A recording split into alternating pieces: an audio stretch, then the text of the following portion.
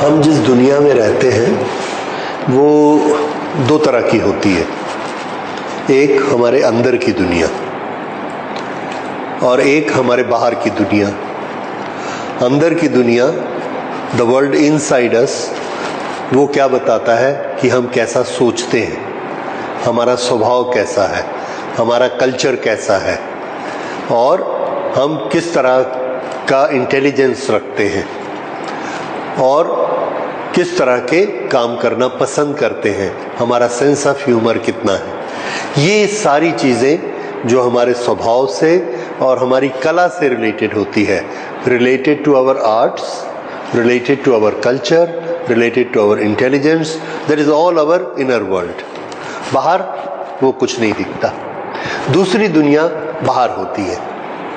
बाहर की दुनिया जो होती है उसको हम सेंस कैसे करते हैं, तो उसके लिए हमारी बॉडी में सेंसर होते हैं, जिसको हिंदी में ज्ञानेंद्रिय बोलते हैं। सेंसर मतलब we can touch anything. Skin से हम टच कर सकते हैं और गर्म है, ठंडा है, ये वाली फीलिंग हम में आ सकती है। दूसरा, आईज से, आंखों से हम देख सकते हैं कि कहीं लाइट है, कहीं डार्क है। ये हमारा एक सेंसर है। इसी तरह से कान हमारे सेंसर हैं जो साउंड को परसेप्ट कर सकते हैं, वाइब्रेशन को सुन सकते हैं। इसी तरह से हम सूंघ सकते हैं और पांचवा, हम टेस्ट कर सकते हैं। जीभ से किसी भी चीज को टेस्ट कर सकते हैं कि वो नमकीन है, मीठा है कि कड़वा है। और हमारे चारों तरफ ये जो दुनिया है जिसमें हम ये पांचों चीजों को यूज करके अपना नॉलेज बढ़ाते हैं कि ये चीज व्हाइट है, ये ब्लैक है, ये ग्रे है, देख रहे हैं। ये साउंड ऊंचा है, नीचा है, म्यूजिक है, सुन रहे हैं। गर्म है, ठंडा है, छू रहे हैं। ये जो सारी दुनिया है, this is known as physical world. So the world outside our body which we can sense is physical world. और वो फिजिकल वर्ल्ड के कुछ रूल्स हैं। फिजिक्स वो नॉलेज की ब्रांच है जिस ब्रांच में हम इन सब रूल्स को स्टडी करते हैं। उसके पहले एक वर्ड और बहुत इंपॉर्टेंट आता है, that is science.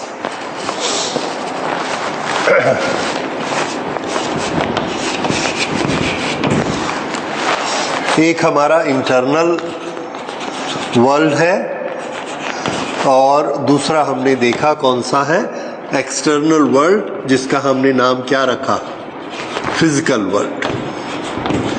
Physical world में साइंस क्या होता है? तो साइंस का सिंपल मीनिंग होता है, dictionary meaning, science means knowledge. लेकिन हम सिर्फ नॉलेज को ही साइंस नहीं कहेंगे। साइंस का मीनिंग हम रखेंगे organised knowledge.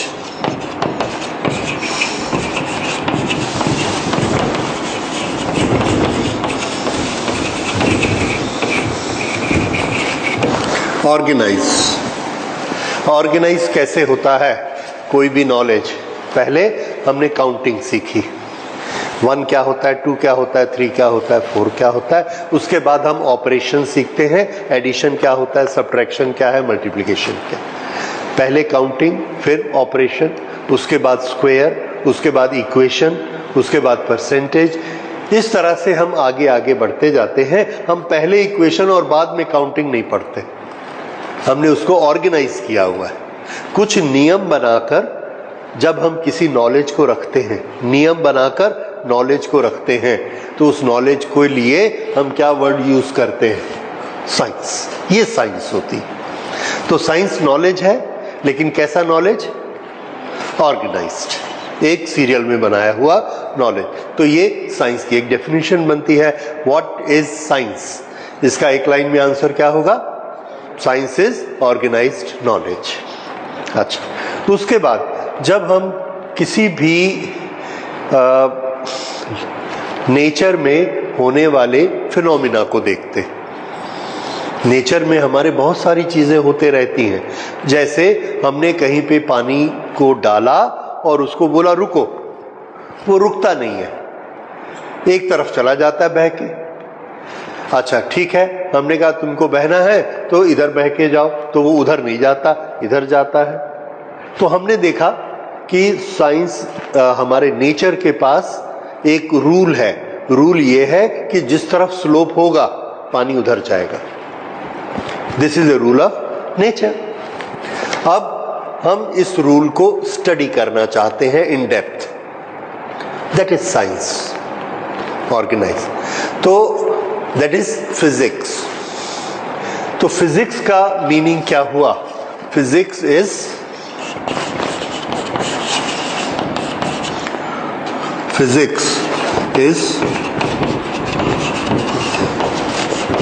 study of nature,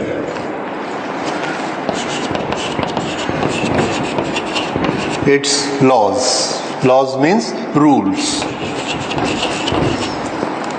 Okay? ये फिजिक्स है। इसी तरह से हम ये देखते हैं कि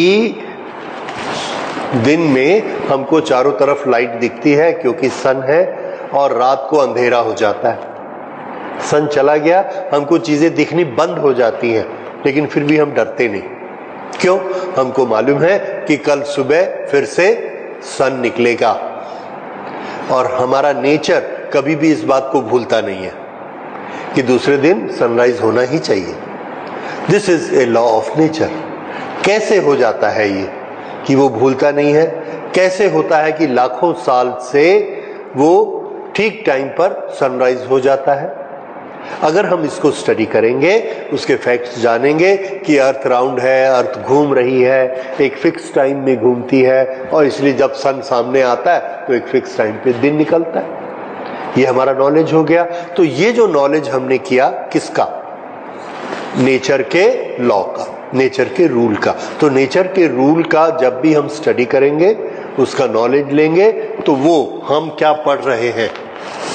फिजिक्स। That is physics. इसी तरह से नेचर के बहुत सारे लॉज होते हैं, और ये सारे लॉज को ऑर्गेनाइज तरीके से पढ़ना, दैट इज फिजिक्स। इसके बाद अगली चीज हम देखते हैं, what is meant by scientific method.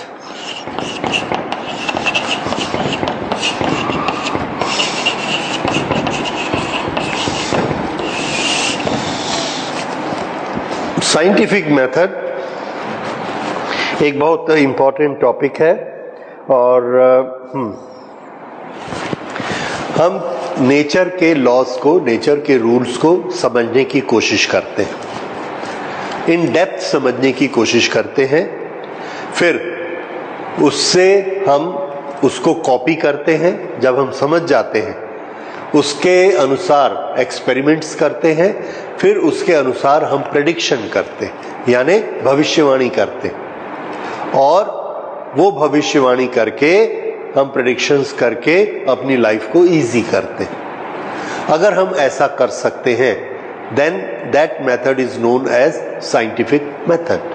फिर से साइंटिफिक मेथड में हम नेचर के लॉज को समझने की कोशिश करते हैं और प्रेडिक्शन करने की कोशिश करते हैं कि हम समझ गए कि किसी ऑब्जेक्ट को पुश करने से वो आगे जाता है, किसी इंजन को चलाने से वो ट्रेन को पुश करता है, किसी एरोप्लेन को उड़ाने से वो हवा में ऊपर उड़ जाता है। ओके, तो अगर हम किसी को फोर्स लगाएंगे, इंजन को, एक इंजन हमने बनाया, उसमें फोर्स लगाया, तो हम प्रेडिक्ट करना चाहते हैं कि ये कितनी दूर जाएगा और 1 घंटे में कितनी दूर पहुंचेगा। हमने अगर नेचर के लॉ को स्टडी कर लिया तो हम ये बता सकते हैं कि ये 3 घंटे में कितनी दूर जाएगा, अगर हमको लॉज मालूम है। कौन से laws? Laws of motion. Laws of motion मालूम होगा तो हमको सारे फॉर्मूलाज भी मालूम होंगे, और उससे हम भविष्यवाणी कर सकते हैं कि ये जो ट्रेन यहां से चल रही है, इतने हॉर्स पावर का इंजन लगेगा, इतनी स्पीड आएगी, 24 घंटे बाद ये बॉम्बे पहुंच जाएगी। ये हमारी भविष्यवाणी है। ट्रेन चली, 24 घंटे बाद पहुंच गई। तो ये कैसे पॉसिबल हुआ कि हमने भविष्यवाणी की? क्योंकि हमने पहले नेचर के लॉज को स्टडी किया कि फोर्स लगने से कितना एक्सेलरेशन होता है, कितनी वेलोसिटी होती है और उससे कितने टाइम में कितना डिस्टेंस कवर होता है। ये सारे कैलकुलेशन हमने किए। अब नेचर में हम ये सारे लॉज देखते रहते हैं, हीट के लॉज कैसे होते हैं, लाइट के लॉज कैसे होते हैं, और उससे हम प्रेडिक्शन करते रहते हैं कि अभी सन के सामने मून आ गया है, सूर्य ग्रहण लगा, अगली बार ये कब आएगा? तो हमने बताया अगली बार ये 3 साल 2 महीने 4 दिन बाद आएगा। एग्जैक्ट इतनी अच्छी कैलकुलेशन हम कर लेते हैं। क्यों? क्योंकि हमने लॉज स्टडी किए, नेचर के लॉज को स्टडी किया। और कैसे स्टडी किया? साइंटिफिक मेथड से। So scientific method is to attempt the laws in a very minutely and very exactly. So we can now note down what is meant by science or scientific methods. Okay. So scientific method. So scientific method is a systematic attempt to understand natural phenomena in as much detail as possible. और understand करने के बाद क्या करना है? Use this knowledge to predict, modify and control these phenomena. जैसे अगर हमको पता लगा कि भूकंप क्यों आते, हमने बार बार स्टडी किया, सोचा और भूकंप क्यों आते हैं ये नॉलेज हमने निकाला। अब हम उस नॉलेज को क्या यूज करेंगे? हम कंट्रोल करना शुरू करेंगे कि अगर भूकंप आए तो हमारी बिल्डिंग नहीं गिरनी चाहिए, भूकंप आए तो हमको पहले पता लग जाना चाहिए। ये सारी चीजें हम करते हैं और इसमें हमको किसकी हेल्प मिलती है? साइंटिफिक मेथड्स की। इसी तरह से वाटर फ्लो के रूल हम समझते हैं, इसी तरह से एरोप्लेन जो हवा में उड़ेगा उसके लॉज हम समझते हैं, और फिर हम ये जानते हैं कि हमको कितना बड़ा पंख बनाना चाहिए कि हम 100 आदमियों का एरोप्लेन बना सके। 500 आदमियों का एरोप्लेन बनाने के लिए कितना बड़ा ब्लेड बनाना पड़ेगा? ज्यादा बड़ा बनेगा एरोप्लेन ही बैठ जाएगा, छोटा बनेगा आदमियों को लेके उठा नहीं सकेगा। तो हम नेचर के रूल समझते हैं, तब हम ये प्रेडिक्शन कर सकते हैं और उसको कंट्रोल में कर सकते हैं। ये सब के लिए हमें क्या चाहिए? Scientific method. And what is scientific method? This is attempt to understand natural phenomena. अब साइंटिफिक मेथड एक्चुअली क्या होता है? Practical.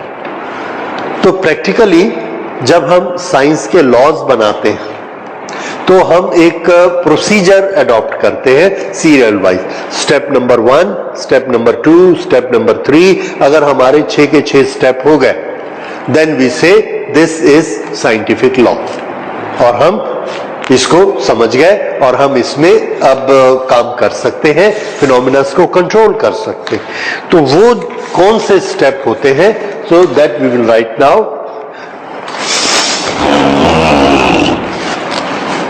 These are scientific methods.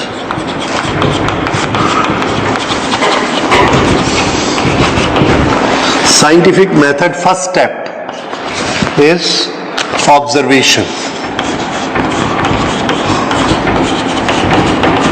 I will write only title.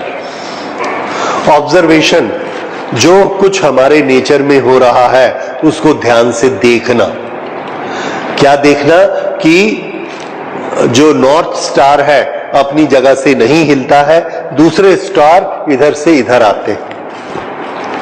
Moon किधर से राइज करता है, किस तरफ जाता है। जहां पर नदी की गहराई ज्यादा होती है वहां पानी की स्पीड कम है, और जहां नदी की गहराई कम है वहां पानी की स्पीड ज्यादा है। ये सब हमने डिक्टेट नहीं किया, ये हमने देखा।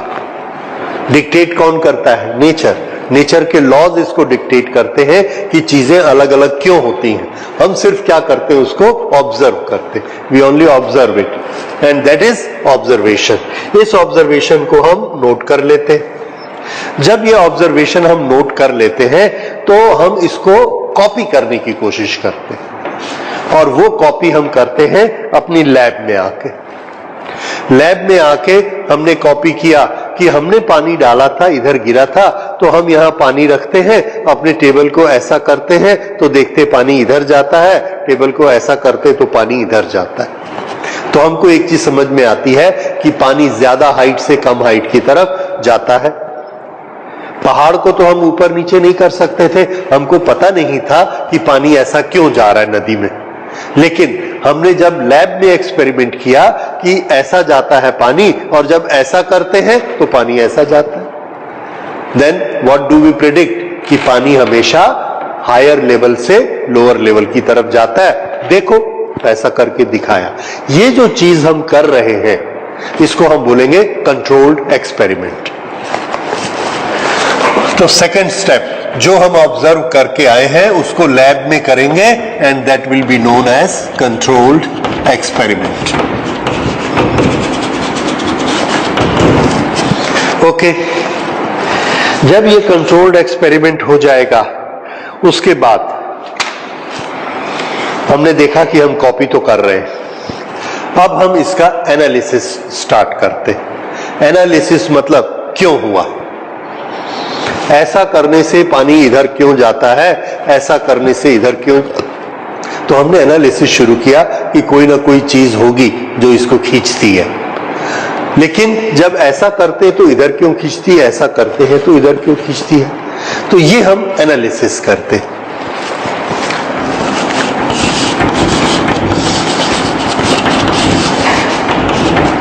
एनालिसिस,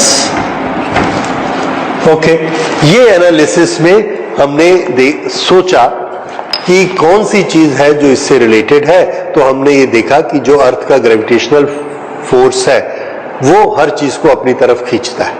अब स्लोप होने से क्यों खींचता है, उसके लिए हमको फोर्स का नॉलेज है, फोर्स के कंपोनेंट्स का नॉलेज है। तो हम देखते हैं कि वो कंपोनेंट काम करता है जो कि स्लोप की डायरेक्शन में होता है, वो पानी के मॉलिक्यूल्स को खींचता है। We will not go in detail in that. तो ये जो चीज हम कर रहे हैं, सोच रहे हैं कि क्यों होता है, दैट इज व्हाट एनालिसिस। उसमें कौन कौन से लॉज एप्लीकेबल हो गए, फोर्स के लॉ लग गए, ग्रेविटी का लॉ लग गया, कंपोनेंट बनाने का लॉ लग गया। ये सारी चीजें जो हम सोचते हैं that is known as qualitative analysis. Qualitative, कौन कौन से लेक्चर की क्वालिटी उसमें लगी, कौन कौन से लॉ की क्वालिटी उसमें लगी। So that is known as qualitative analysis.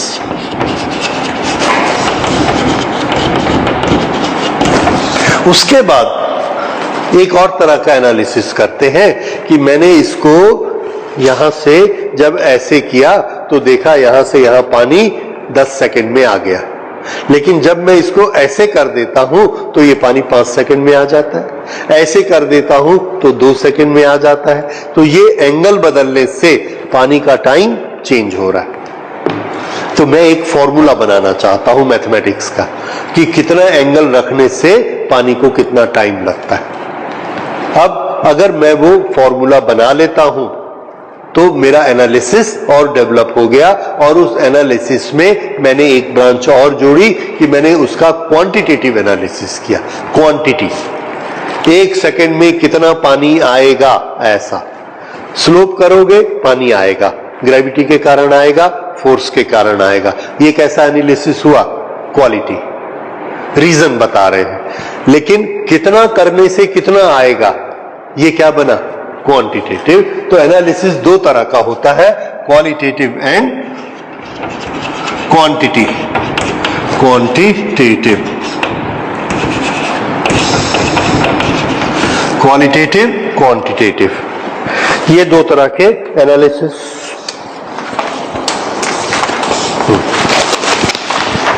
अच्छा, अब उसके बाद जब ये हो जाता है तो हमने जो क्वांटिटीज निकाली उसका हम एक फॉर्मूला बनाते हैं। वो जब हम फॉर्मूलाज बनाते हैं, डेरिवेशन करते हैं, डेरिवेशन करके उसका एक फॉर्मूला बनाएंगे कि वेलोसिटी का फॉर्मूला ये होगा। वेलोसिटी का फॉर्मूला होगा इनिशियल वेलोसिटी जो भी उसके पास है u plus applied force upon mass F upon m, क्या होता है, a। ओके, तो v is equal to u plus force upon mass multiplied by t, जितनी देर तक हमने फोर्स लगाया उससे हमको फाइनल वेलोसिटी मिलेगी। और बार बार हम इसको रख के देखते हैं। तो ये हम क्या कर रहे हैं, फॉर्मूला बना रहे हैं। फॉर्मूला बना रहे हैं किसकी हेल्प से, मैथमेटिक्स की हेल्प से। हमने एक मॉडल खड़ा किया। ये जो हम मॉडल खड़ा करते हैं किसी भी फिजिकल फिनोमिना का मैथमेटिकल मॉडल, जैसे F is equal to M into a, इस तरह के आपने 50 इक्वेशन पढ़े हैं, हम सारे याद करते हैं। इलेक्ट्रिकल में हो, मैकेनिक्स में हो, काइनेमेटिक्स में हो, energy is equal to half mv square. तो एनर्जी को तो हम समझते हैं क्या होती है, वर्क करने की कैपेसिटी होती है। किससे दिखती है वर्क करने की कैपेसिटी, कि कोई भी ऑब्जेक्ट मूव कर रहा है, उसके पास वेलोसिटी है, उसके पास मास है, तो उसके पास एनर्जी होगी। ये क्वालिटेटिव एनालिसिस हो गया। अब क्वांटिटेटिव एनालिसिस हमने किया। अगर मास को इंक्रीज, भारी चीज अगर चल रही है तो उसके पास ज्यादा एनर्जी है, हल्की चीज चल रही है तो उसके पास कम एनर्जी है, यानी एनर्जी मास पे डिपेंड करती है। बहुत तेजी से आ रही है तो एक तेजी से आती हुई गोली बहुत अंदर तक धंस जाती है, इतना वर्क करती है। स्लो आती है तो इतना ही धंसती है, कम वर्क करती है। तो एनर्जी किस पर डिपेंड करती है, वेलोसिटी पर। और किसी चीज पर एनर्जी डिपेंड नहीं करती। तो हमको पता लग गया that energy depends upon mass and velocity. What we have done quantitative analysis, right? अब हम मैथमेटिक्स को इन्वॉल्व करते हैं। मैथमेटिक्स को इन्वॉल्व करके हमने एक रिजल्ट निकाला, that is kinetic energy is equal to half into m into v to the power 2। ये क्या बन गया, ये उस एनर्जी की मैथमेटिकल मॉडलिंग हो गई।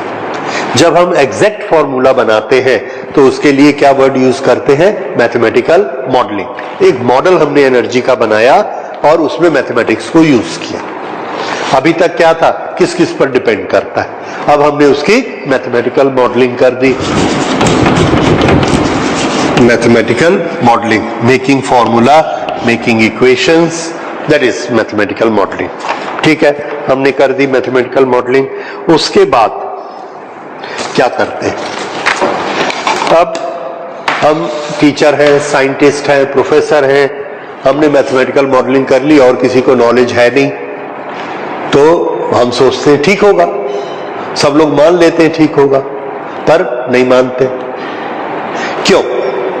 सबका यह कहना है कि अगर आपकी मैथमेटिकल मॉडलिंग सही है तो इसके बेसिस पर भविष्यवाणी करिए। कैसे भविष्यवाणी करिए? भविष्यवाणी इस तरह से करिए कि एक आपने दो मैथमेटिकल मॉडलिंग की, एक जो ऑब्जेक्ट जितनी हाइट पर रहेगा उसके पास एनर्जी होगी, उसका फॉर्मूला mgh। ठीक है, ये कोई ऑब्जेक्ट यहां से चल रहा है, उसके पास काइनेटिक एनर्जी होगी हाफ mv स्क्वायर। फिर आपने नेचर का एक लॉ स्टडी किया, that potential energy is totally converted into kinetic energy during one motion.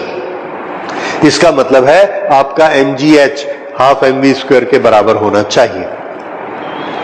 हाँ, होना चाहिए, क्योंकि हमने मैथमेटिकल मॉडलिंग की है, हमने उसको mv स्क्वायर नहीं लिखा, हाफ mv स्क्वायर लिखा। तो हमने कहा कि ठीक है, हमारे फॉर्मूले के बेसिस पे हम आपको बताते हैं कि अगर आप 1 मीटर से किसी ऑब्जेक्ट को गिराओगे तो गिरने के बाद फिसल के उसकी वेलोसिटी इतनी हो जाएगी, और जब वो उस वेलोसिटी से चलेगा तो उतनी दूर तक चलेगा, फिर रुक जाएगा। ये हम क्या कर रहे हैं, भविष्यवाणी। ठीक है, किस बेसिस पे कर रहे हैं, अपने मैथमेटिकल मॉडलिंग के बेसिस पे। अब टाइम आ गया कि ये सच है कि नहीं है, इसको देखा जाए।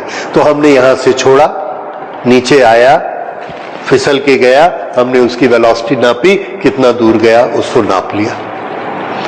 दो चीज हो सकती है, या तो सच हो सकता है या झूठ हो सकता है। तो हम क्या करते हैं, हमने एक प्रेडिक्शन किया। मैथमेटिकल मॉडलिंग के बाद हम क्या करते हैं, इससे प्रेडिक्शन, भविष्यवाणी। हमने प्रेडिक्शन कर दिया ये वाला कि इतनी स्पीड आएगी, इतनी दूर तक ऑब्जेक्ट जाएगा।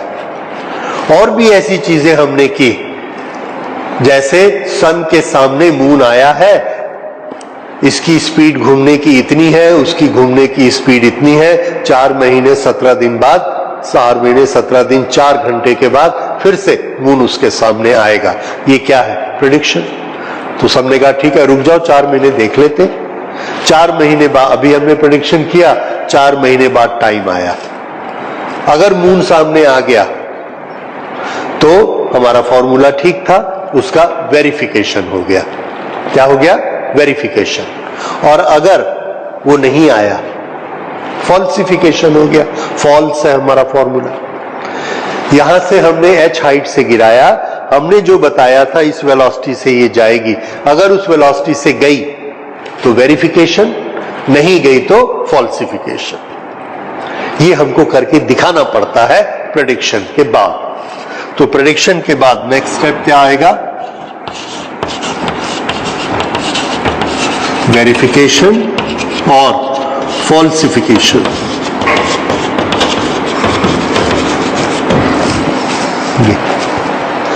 अब अगर इसमें फॉल्सिफाई हो गया, नहीं आया रिजल्ट, तो हमारी सारी की सारी मेहनत यहां से लेके यहां तक बेकार। और अगर वेरीफाई हो गया तो हमारी थ्योरी लॉ बन जाएगी, कानून, नियम बन जाएगी कि हमने नेचर के लॉ को, नेचर के रूल को स्टडी किया, इन डेप्थ स्टडी कर लिया। Systematic attempt to understand natural phenomena in as much detail as possible. तो हमने ये साइंटिफिक मेथड पूरा लगाया, और जब हमारे प्रेडिक्शन करेक्ट निकलने लगे तो इसका क्या मतलब है कि हमने उसको इन डेप्थ स्टडी कर लिया। ये जो स्टडी करने का मेथड है और अपने नॉलेज को एनहेंस करने का मेथड है, this method is scientific method. ठीक है? किसी ने कुछ भी बोल दिया कि हमारे दादाजी बोलते थे ऐसा करने से ऐसा होता है, that is not scientific method. Scientific method के लिए हमको ये सारे स्टेप्स करने पड़ते हैं, then we say what is scientific method. Okay, इसके हमारे एग्जामिनेशन में जो क्वेश्चन आते हैं, what is scientific method and what are the steps for a scientific method. So you must understand what are the steps of the scientific method. Okay, अब इसके बाद कुछ और फैक्ट हैं हमारे फिजिकल वर्ल्ड के, फिजिक्स की दुनिया के, और वो बहुत केयरफुली ड्रॉन आउट किए गए हैं। We have to understand that. Number 1 इसमें, that is one of that rule is there is no final theory in science.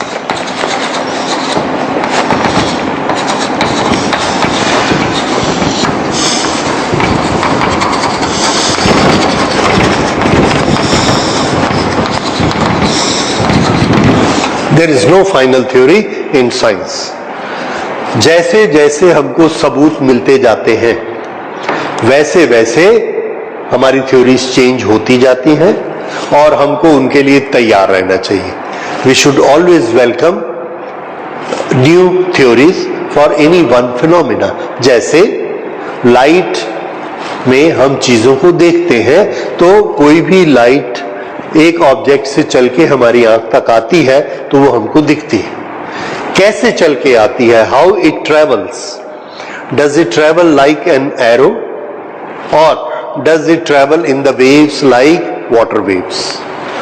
और ऐसे पानी जैसे बीच की कोई चीज ऐसे हिलती है और हमारी आंख तक आती है।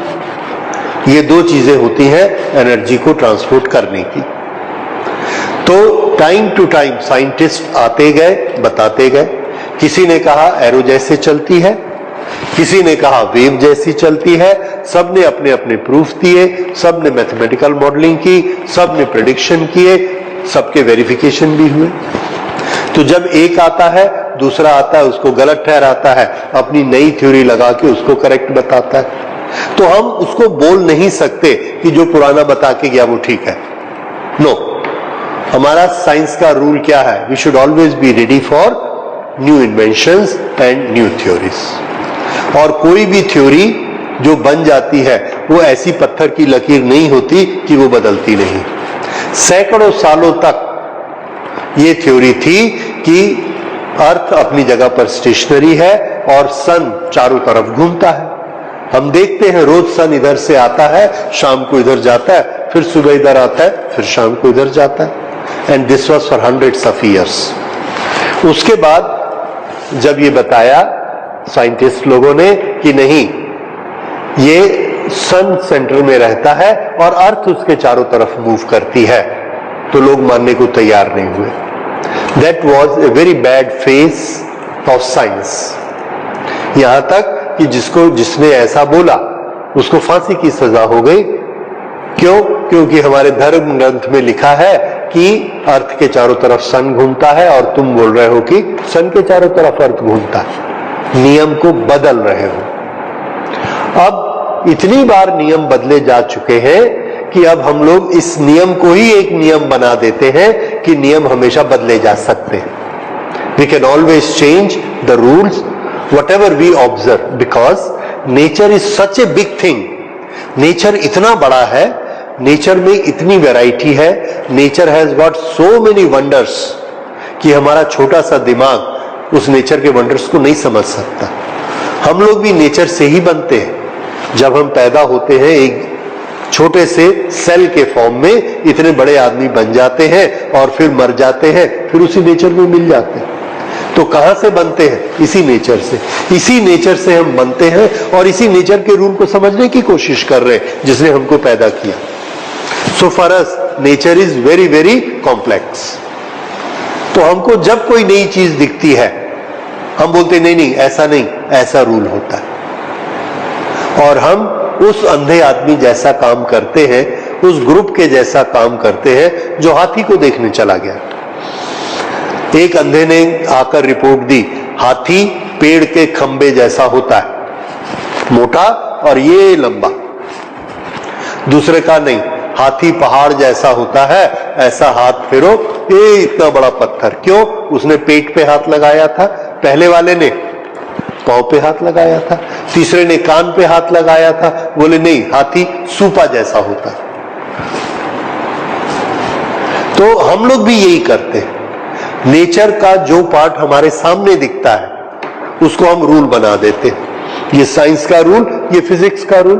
बाद में दूसरा आदमी आता है, बोलता है अरे तुमने तो इस तरफ से देखा था, मैं दूसरी तरफ से भी देख के आया, तो उसका तो पैर भी होता है। तो हम उससे लड़ने पे उतारू नहीं होंगे।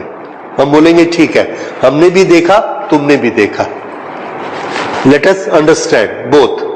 अब हमारा नियम बन गया कि जब भी कोई नया आइडिया आता है उसको हमेशा वेलकम करो, उसको अपोज मत करो। That is, there is no final theory कि अगर मैंने बोल दिया कि हाथी पेड़ जैसा होता है तो पेड़ जैसा ही होता है, ऐसा नहीं है। समझ गए? We should always be ready to welcome new ideas and there is no theory as final theory. कितने बड़े आदमी ने भी बोली हो कि ऐसा होता है, नो, दूसरा आदमी आके उसको चेंज कर सकता है। न्यूटन और आइंस्टाइन ये दोनों फिजिक्स के हमारे दो टॉप पर्सन्स हैं, सबसे बड़े साइंटिस्ट माने जाते हैं और उनकी बोली हुई बहुत सारी चीजें हमने गलत बनाई हैं। बाद में पता लगा कि उन्होंने जो जो चीजें बोली थी उसमें भी गलतियां थी। तो उसका यह मतलब नहीं कि आइंस्टाइन ने बोला है तो वो ठीक ही होगा, न्यूटन ने बोला है तो ठीक ही होगा।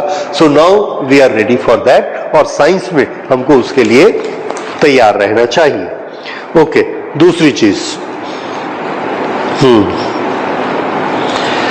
अब जो हमारे नेचर की साइंस होती है उसकी स्टडी बहुत ज्यादा हो गई, तो हमने ना उसकी ब्रांचेस बना ली। ब्रांचेस किस तरह से बनाई? जैसे जब हम ह्यूमन बॉडी के बारे में पढ़ते हैं तो हमने एक ब्रांच बना ली बायोलॉजी, किसी भी एनिमल के बारे में बायोलॉजी। इसी तरह से जब मॉलिक्यूल, एटम एक दूसरे में चेंज होते हैं और नए नए कंपाउंड बनाते हैं तो उसको हम लोग उस नॉलेज को पूरा हमने बना दिया केमिस्ट्री। इस तरह से साइंस की एक ब्रांच बन गई बायोलॉजी, एक साइंस बन गई केमिस्ट्री, और एक ब्रांच जो लॉज के बारे में बात करती है, दैट इज फिजिक्स, कि नेचर के बेसिक फंडामेंटल लॉज क्या हैं, जिन लॉज के कारण एटम से मॉलिक्यूल बनते हैं और मटेरियल बनते हैं, क्रिस्टल्स बनते हैं, किस तरह से वो बिहेव करते हैं, इन सब के पीछे क्या लॉज हैं, क्या रूल्स हैं, वो सारे रूल्स की स्टडी हम करेंगे। और वो रूल्स की स्टडी कौन सी ब्रांच कहलाएगी? फिजिक्स। इस तरह से हमने साइंस के मेन 3 टुकड़े कर दिए, फिजिक्स, केमिस्ट्री, बायोलॉजी। फिर जैसे जैसे ये बड़ा होता चला गया, नॉलेज और इंक्रीज होता गया, इसकी और ब्रांचेस आ गई। जैसे फिजिक्स में पहले हम स्टडी करते थे कि ग्रेविटेशन लॉ से सन, मून, अर्थ, दूसरे स्टार कैसे एक दूसरे को फोर्स लगाकर खींचकर रखते हैं और चलते हैं, तो कितने दिन में घूमते हैं, किस रास्ते से घूमते। अब धीरे धीरे धीरे ये साइंस इतनी ज्यादा बड़ी हो गई कि स्टार्स भी इतने ज्यादा बढ़ गए कि हमने इसकी ब्रांच ही अलग कर दी, उसका नाम रख दिया astrology, astronomy. So that astronomy is now a separate branch which was a branch of physics. अभी भी फिजिक्स में हम लोग एस्ट्रोनॉमी में स्पेशलाइजेशन करते, because it involves gravitational force and universe which are subjects of physics. अब इस तरह से स्टडी करके आगे बढ़ती गई। जियोलॉजी एक ब्रांच आ गई, केमिस्ट्री से निकल के ऐसे करके ब्रांचेस बढ़ती चली गई। So these are branches of science.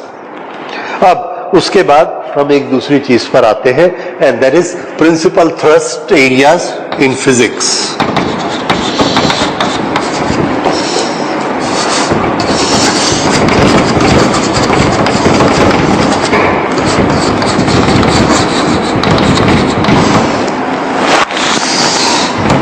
Principal thrust in physics, what does it mean? इसका मतलब है कि जब हम फिजिक्स पढ़ते हैं तो फिजिक्स को पढ़ने के तरीके में हम क्या मेथड अपनाते हैं, किस चीज पर हम जोर डालते हैं। थ्रस्ट, जोर डालना। पढ़ने के हमारे बहुत सारे तरीके हो सकते हैं, किसी भी चीज का नॉलेज लेने का बहुत सारा तरीका हो सकता है। अगर आपको संस्कृत लैंग्वेज पढ़नी है तो आपको रोज सुबह उठ के रटना है, अपना प्रोनाउंसिएशन क्लियर करना है। इंग्लिश आपको पढ़नी है तो उसका लिटरेचर बहुत पढ़ना है, पुराने जो लोग लिख के गए उसके बारे में पढ़ना है। तो हर चीज को पढ़ने का एक तरीका होता है। तो फिजिक्स में हम लोग किस मेथड पर जोर देते हैं कि फिजिक्स को हम लोग अच्छे से पढ़ सकें, that method will be known as thrust area. Physics के thrust areas, principal methods of studying the physics, 2 तरीके हैं। ये दोनों तरीके हमको याद रखने हैं। वन इज यूनिफिकेशन,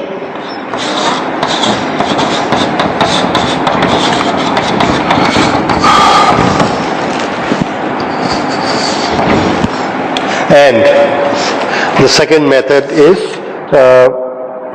इन्होंने उसका नाम दिया है रिडक्शन।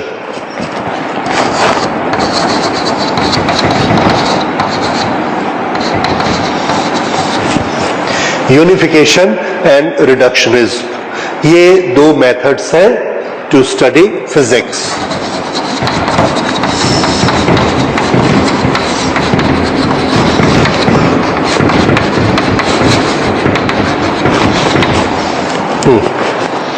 अब ये दोनों मेथड क्यों? आंसर है to make the physics very easy to understand. Otherwise ये इतनी कॉम्प्लेक्स हो सकती है कि हमको समझ में नहीं आएगी। इसलिए फिजिक्स को समझने के लिए ये 2 मेथड हम अप्लाई करेंगे। पहला, यूनिफिकेशन। यूनिफिकेशन एक प्रोसेस है जिसमें हम ये चाहते हैं कि फिजिक्स में जो प्रिंसिपल है, 2 चीजों को हमको समझना है, फिनोमिना एंड प्रिंसिपल। 2 शब्दों को देखिए एग्जाम्पल के साथ। फिनोमिना और प्रिंसिपल। एक प्रिंसिपल है, any object which has got mass will attract other object of mass, that is gravitational force. So there is one principle of gravitational force. अब phenomena समझिए. फिनोमिना है the water flows down towards center of the earth. नीचे जाना चाहता है, हमेशा गड्ढा करते जाओ, जाते जाएगा. उसका निशाना कौन है? अर्थ के नीचे से नीचे, centre of the earth. Number 2, earth moves around sun. ठीक है, ये भी एक फिनोमिना है. Number 3, the universe is expanding. ये भी एक फिनोमिना है. ये सब क्या है? फिनोमिनास. इन सब फिनोमिनास को हम अलग अलग स्टडी करते हैं. इसका रूल ऐसा, इसका रूल ऐसा, इसका रूल ऐसा, और ऐसे करते करते हमने 100 फिनोमिनास के रूल्स याद किए. हमारा बहुत सारा नॉलेज, एफर्ट और बहुत सारा कंफ्यूजन क्रिएट हो गया. क्यों? 100 चीजें हमको याद करनी पड़ी. इसके बजाय फिजिक्स फेवर करता है कि आप सिर्फ एक चीज याद रखो, the two objects which are having mass will attract each other due to gravitational force. पानी नीचे क्यों जाता है? Because there is a force of attraction. Earth sun के चारों तरफ ऐसा चलती है, इसको छोड़कर ऐसे क्यों नहीं चली जाती है? Because of force of attraction. बार बार इसकी तरफ मुड़ते जाती है. Force of attraction, that is gravitational force. Universe expand होगा, फिर ऐसा वापस आएगा. क्यों? Because of force of attraction, that is gravitational force. जब एक स्टार का इवोल्यूशन जब हम लोग पढ़ते हैं कि स्टार जब अपनी एनर्जी लॉस करता है तो उसके सारे पार्टिकल ऐसा सिकुड़ते हैं और एक दूसरे को इतनी जोर से दबाते हैं, it converts into neutron star. दबाकर एक दूसरे को तोड़ देते हैं और एकदम छोटा सा डेंस पार्टिकल बन जाते हैं. That is evolution of black hole, neutron star. इसके पीछे प्रिंसिपल क्या है? क्या जरूरत है उनको ऐसा सिकुड़ने की? खड़े क्यों नहीं रहते? Because of gravitation force. तो आप देख रहे हैं फिनोमिना न्यूट्रॉन स्टार बनने का है, यूनिवर्स के मोशन का है, अर्थ के घूमने का है, पानी के नीचे जाने का है. सब फिनोमिना के पीछे एक सिंगल लॉ है. कौन सा? Yes, gravity, that is gravitational force. तो इसी तरह से हम क्या चाहते हैं कि नेचर में जो कुछ भी हो रहा है वो सब का हम एक ही कारण बना लें. अगर हमको उसकी चाबी मिल जाए कि नेचर का ऐसा कौन सा लॉ है जो इतने सारे फिनोमिनास को कंट्रोल करता है. ठीक है, इतने सारे फिनोमिनास को एक ही लॉ कंट्रोल करता है, तो चलो हम उस लॉ को स्टडी कर लेते हैं. अगर हमने उस लॉ को स्टडी कर लिया तो हम हर चीज को एक्सप्लेन कर लेंगे, हजारों चीजों को एक्सप्लेन कर लेंगे. इसलिए हमारा अटेंशन, हमारा जोर, हमारा थ्रस्ट किस पे रहेगा? To study that single law which is controlling so many phenomenons. This is thrust of unification. Uni means one. तो एक लॉ हम ऐसा स्टडी करना चाहते हैं जो नेचर के सभी फिनोमिनस को कंट्रोल करे, और अभी तक हम उस लॉ का पता नहीं लगा पाए. ठीक है, अगर नहीं लगा पाए तो हम कोशिश क्या करते हैं? हम ग्रुप बनाने की कोशिश करते हैं कि ये 100 फिनोमिना जो दिख रहे हैं इसके पीछे ये वाला लॉ है, लेकिन ये जो दूसरे 200 फिनोमिना दिख रहे हैं इसके पीछे ये लॉ नहीं है, ये इससे एक्सप्लेन नहीं हो रहा, तो चलो इसके लिए ये दूसरा लॉ है. लेकिन कम से कम उसने क्या किया? 200 को एक बना दिया. इस तरह से हमने ये देखा कि नेचर में 1 मिलियन फिनोमिना को एक्सप्लेन करने के लिए हमारे 100 लॉज काफी, लेकिन उस 100 को हम 1 नहीं कर पाए. 10,000 के लिए एक लॉ, 1000 फिनोमिना के लिए एक लॉ, इसके लिए एक लॉ. एक चीज हमने सक्सेसफुली क्या कर ली? नंबर ऑफ लॉज को कम करते चले गए. जितने कम होंगे उतनी हमारी स्टडी अच्छी होगी. We can not remember 1 lakh phenomena, we can remember 100 laws. 100 law तो हम लोग याद कर लेते हैं आराम से, 11th-12th में याद कर लेते हैं, और उसके बेसिस पे thousands of phenomena we can explain. समझ आया? तो ये वाला फिनोमिना क्या कहलाता है? बहुत सारे फिनोमिनास को एक लॉ से एक्सप्लेन करना, unification, right? So now we will write what is the meaning of unification. So efforts are made to explain different phenomena in nature on the basis of either one law or minimum laws. Example हम वही दे रहे हैं जो मैंने explain किया. Apple ground पे गिरता है, पानी नीचे की तरफ जाता है, earth move around sun, and all these phenomena are explained by a single law, that is laws of gravitation. ये जो स्टडी करने का तरीका है, फिजिक्स को स्टडी करने का, this we call as unification. And now we see the second method, and that is reductionism. This is second thrust area of physics. अब ये second thrust area reductionism कैसा होता है? Reduction means reduce करना. इसमें हम किसी भी प्रोसेस को reduce कर देते. Reduce करना means छोटा छोटा करना. हमको एक बड़ी सी प्रोसेस समझनी है कि हमारे पावर हाउस में कोयले से इलेक्ट्रिसिटी कैसे बनती है. तो कोयले से इलेक्ट्रिसिटी हमको बड़ा कॉम्प्लेक्स प्रोसेस दिखता है. जब उस कॉम्प्लेक्स प्रोसेस को हम नहीं समझ सकते हैं तो क्या करते हैं, उस प्रोसेस के हम छोटे छोटे हिस्से कर लेते हैं. जैसे हम कैसे समझाते हैं, कोयले को हमने जलाया, जलाने से उसमें से हीट निकली, अंदर कार्बन का रिएक्शन हुआ, C+O2, CO2, कार्बन जला और उसमें से हीट निकली. So energy is converted from chemical energy to heat energy. समझ आया? तो आपने कहा आया. ओके. फिर हमने ये बोला कि उस हीट एनर्जी से हमने पानी को गर्म किया, पानी को गर्म करके स्टीम में कन्वर्ट किया, और जब वो स्टीम बनता है तो उसका वॉल्यूम इंक्रीज होता है. ये समझ आया? आ गया. अब अगर हमने उस स्टीम को एक छोटे से बॉक्स में रखा जिसमें पिस्टन लगा है, तो जब वो स्टीम बनेगी, हीट होगी, एक्सपेंड होगी, तो उसको चलाएगी पिस्टन को. ओके. यहाँ पिस्टन नहीं, हमने एक नोजल बनाया, उस नोजल में से वो बड़ी स्पीड से निकलेगी. उसके पास बहुत ज्यादा स्पीड होगी और उसके पास काइनेटिक एनर्जी होगी. That is converted into kinetic energy. यहां तक समझ आ गया? वो जो काइनेटिक एनर्जी है स्टीम के पार्टिकल के पास, उसको हमने एक पंखे के ब्लेड पे गिराया. उस पंखे का नाम है टरबाइन. टरबाइन के ब्लेड पे गिराया तो उसने उस टरबाइन को घुमा दिया. इसमें इतना ज्यादा फोर्स, इतनी ज्यादा एनर्जी है कि ये टरबाइन को बड़ी स्पीड से घुमाती है. तो ये रोटेशनल एनर्जी आ गई टरबाइन में. उस टरबाइन के शैफ्ट में हमने एक इलेक्ट्रिकल कॉइल लगा दी. उस इलेक्ट्रिकल कॉइल के चारों तरफ मैग्नेट लगा दिया, और हमने पढ़ा principle of electromagnetic induction by Faraday.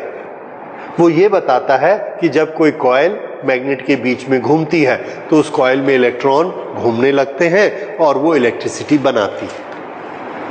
अब हमको क्या मिल गई कॉइल से? इलेक्ट्रिसिटी. घुमाने के लिए एनर्जी हमको किसने दी? टरबाइन ने. टरबाइन के पास एनर्जी किससे आई? स्टीम से. स्टीम के पास एनर्जी गर्म पानी से. पानी गर्म किससे हुआ? कोयले के जलने से, जो कि केमिकल एनर्जी थी. इस तरह से इलेक्ट्रिक करंट फ्लो हुई. अब हमने दो तार लगाई और अपने घर पर उस करंट को ले आए. This is how a power house use the coal and supply us electrical energy. समझ आया? तो हमने कहा हाँ आया. क्यों समझ आया हमको? प्रोसेस क्या है हमारा कि हमने इस पूरे प्रोसेस को तोड़ दिया, तोड़ के छोटी छोटी प्रोसेस बना दी, और एक एक प्रोसेस के प्रिंसिपल को पढ़ा. इलेक्ट्रोमैग्नेटिक इंडक्शन क्या होता है? पानी को गर्म करते हैं, स्टीम बदलती है, तो थर्मोडायनेमिक्स में उसके वॉल्यूम का क्या होता है? अगर उसका वॉल्यूम बढ़े तो उसको हम एक नोजल में से निकालेंगे, तो लार्ज प्रेशर और स्मॉल प्रेशर होने से वो बड़ी स्पीड से जाएगी, काइनेटिक एनर्जी बनके. इस तरह के छोटे छोटे लॉज हमने पढ़े. थर्मोडायनेमिक्स के लॉज, मैकेनिक्स के लॉज, इलेक्ट्रोमैग्नेटिक इंडक्शन के लॉज, केमिकल रिएक्शन के लॉज कि C+O2, CO2 और हमको हीट मिलती है. ये सारे लॉज हमने क्या किए, एक बहुत बड़ी process converting coal to electricity, इस प्रोसेस को हमने रिड्यूस कर दिया छोटे छोटे लॉज में, और रिड्यूस करने के बाद हम उसको पढ़ते हैं, स्टडी करते हैं। That is studying physics. So when we study physics, we first reduce a large process to a many small processes, and then we study each process separately. This process, this method is known as reductionism, and this is a method to study physics. This is the thrust area of physics. Okay, now let's write it. What is reductionism? So to understand or to derive properties of a bigger or more complex system, the properties of its simpler, छोटे constituents are taken into account. This approach is known as reductionism. और इसका एक example note कर लेते हैं। अभी जो मैंने एक्सप्लेन किया, converting chemical energy of coal to electrical energy in powerhouse is a complex process, but it can be understood very well if it is divided into small parts, and each part is based on a different phenomena of physics, different law of physics. Then we can understand it. So to understanding physics by this method is known as reductionism. So which are the two thrust areas in physics? Unification and reductionism. दोनों की definition और दोनों का example, ये आपको याद करना है। ठीक है।